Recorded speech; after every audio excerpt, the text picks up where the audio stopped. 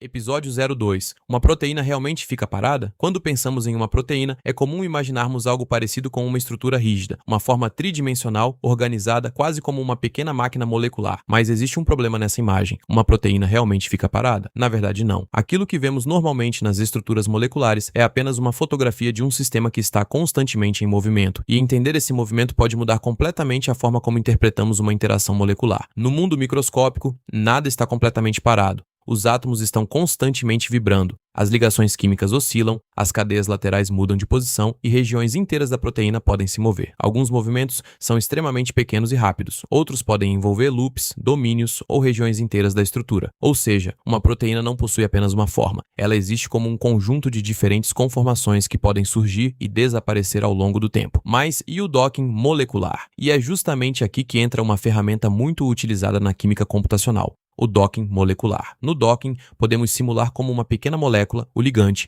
pode se posicionar em uma determinada região da proteína. O computador procura diferentes orientações e conformações do ligante e tenta encontrar aquelas que apresentam interações favoráveis com o alvo. O resultado pode ser extremamente útil, mas existe uma limitação importante. Na maioria das abordagens de docking, estamos essencialmente analisando uma situação específica, uma estrutura da proteína interagindo com uma estrutura do ligante. É como observar uma fotografia. Imagine que você queira entender uma pessoa observando apenas uma fotografia. Você consegue saber como ela está naquele instante, mas não consegue saber como ela se movimenta, não sabe como ela anda, como muda de posição ou como reage ao ambiente. Com proteínas, acontece algo semelhante. O docking pode fornecer uma excelente hipótese sobre como um ligante pode interagir com o alvo, mas ele não mostra necessariamente toda a dinâmica desse sistema. Para observar essa dinâmica, precisamos transformar a nossa fotografia em um filme. E é aí que entra a dinâmica molecular. Na dinâmica molecular, não analisamos simplesmente uma proteína isolada no vazio. Construímos um sistema muito mais próximo das condições em que aquela molécula realmente existe. A proteína e o ligante são colocados em um ambiente de simulação. Adicionamos moléculas de água, íons, e todas as condições necessárias para representar aquele sistema. Agora temos uma espécie de laboratório virtual.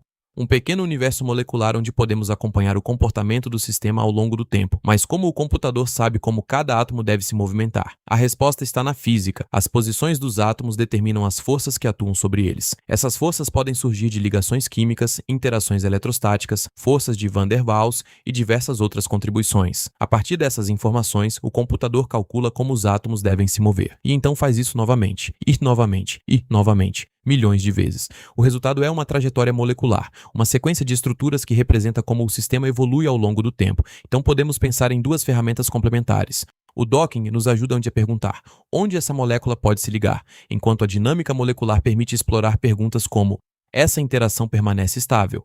Como a proteína responde à presença do ligante? Quais regiões da proteína se movimentam mais? O ligante permanece no sítio de ligação?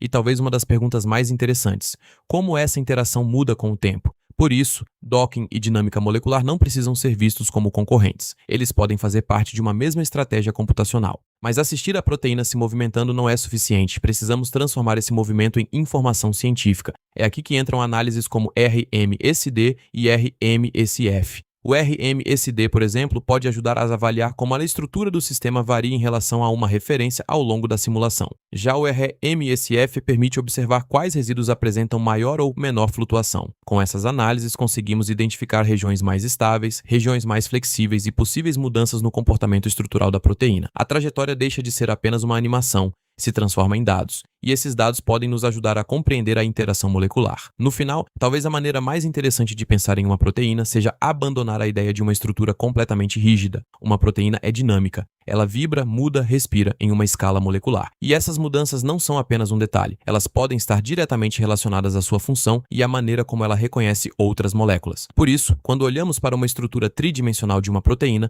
precisamos lembrar: estamos vendo apenas um instante de uma história muito maior. O docking pode nos mostrar uma fotografia. A dinâmica molecular começa a nos mostrar o filme. E se já é possível simular uma proteína se movimentando, imagine fazer isso para milhares, centenas de milhares ou até milhões de moléculas diferentes. Será que conseguimos encontrar entre todas elas aquelas com maior potencial para interagir com um determinado alvo? Essa é a lógica por trás de uma das estratégias mais interessantes da química computacional: o Virtual Screening.